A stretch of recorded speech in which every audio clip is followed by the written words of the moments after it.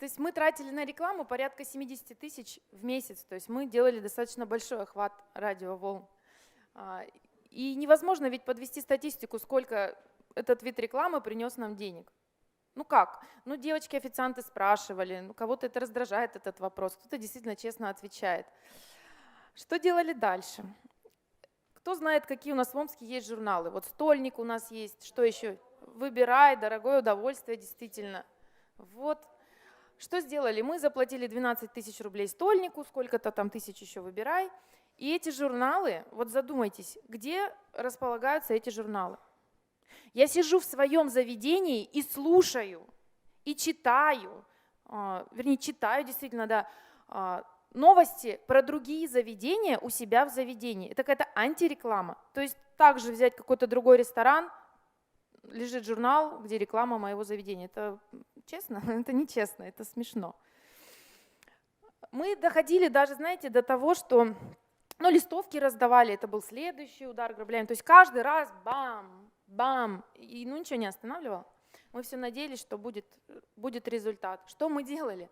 Мы пекли пирожки, вкусные такие, румяные, и каждый день их в парках раздавали. Мы наряжали наших официанток в короткие юбки, раздавали пирожки. Я не знаю, что работало, пирожки, юбки. Ну, гости шли, наверное, к девочкам в гости, а не ко мне в ресторан в итоге. И вот когда я уже попробовала, мне казалось, все варианты рекламы, мы полностью заняли соцсети, я лично занималась Инстаграмом, контактом. Да, от них есть эффект, но не такой, как хотелось бы. Что мы сделали дальше? Однажды ко мне пришел представитель Global Intellect Service и предложил новый инструмент. Как вы думаете, что я ему ответила? Я его отправила подальше, потому что говорю, да я уже столько денег на рекламу потратила, у меня, во-первых, уже нет денег, во-вторых, уже нет этого энтузиазма, который был год назад. Но он ходил ко мне дня 3-4 подряд, убеждал меня. В итоге я сдалась. Он занялся моим рестораном. То есть мы договорились, что ровно неделю он будет выкладывать новости, продвигать гейм, рассказывать гостям, обучать мой персонал. Я на это согласилась через неделю. Это был, кстати, Максим, который вот сейчас ведет мероприятие. Максим ко мне подошел и показал админ-панель, в которой было 200 новых клиентов. В тот момент это было 200 новых клиентов. Это спустя неделю. И выручки прибавилось у меня порядка 150-180 тысяч.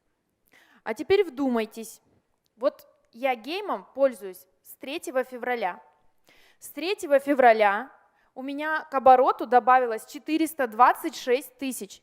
Есть кто-нибудь смелый в зале, который скажет, что какой-то вид рекламы за 1,5 месяца может прибавить 1/4 выручки бизнесу? Нет таких? При расходе, то есть, я об этом еще расскажу, да. И что хотелось бы отметить, вот эти 426 тысяч за 1,5 месяца, а окупилось приложение за первую неделю. За первую неделю.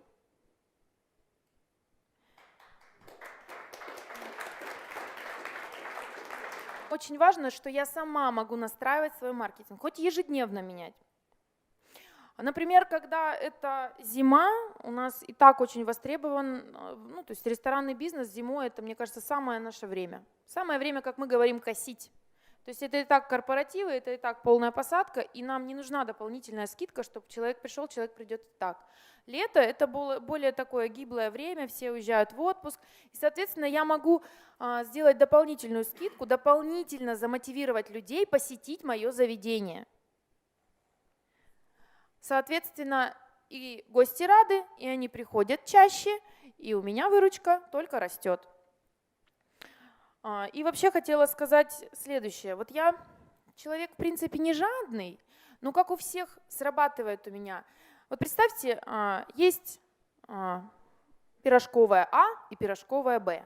Вот в пирожковой А у меня на счету есть 50 рублей, а в пирожковой Б у меня нет 50 рублей. Пирожки там одинаково вкусные. Куда я пойду? Конечно, я пойду туда, где у меня есть скидка. Почему бы ей не воспользоваться? Соответственно, и люди возвращаются туда, где у них есть кэшбэк. То есть они потратились, деньги вернулись на счет, они же не дают покоя. конечно, они ими воспользуются и реализуют. Они приходят реализовывать, и им снова падает кэшбэк. Поэтому вот эта цепочка, она бесконечна.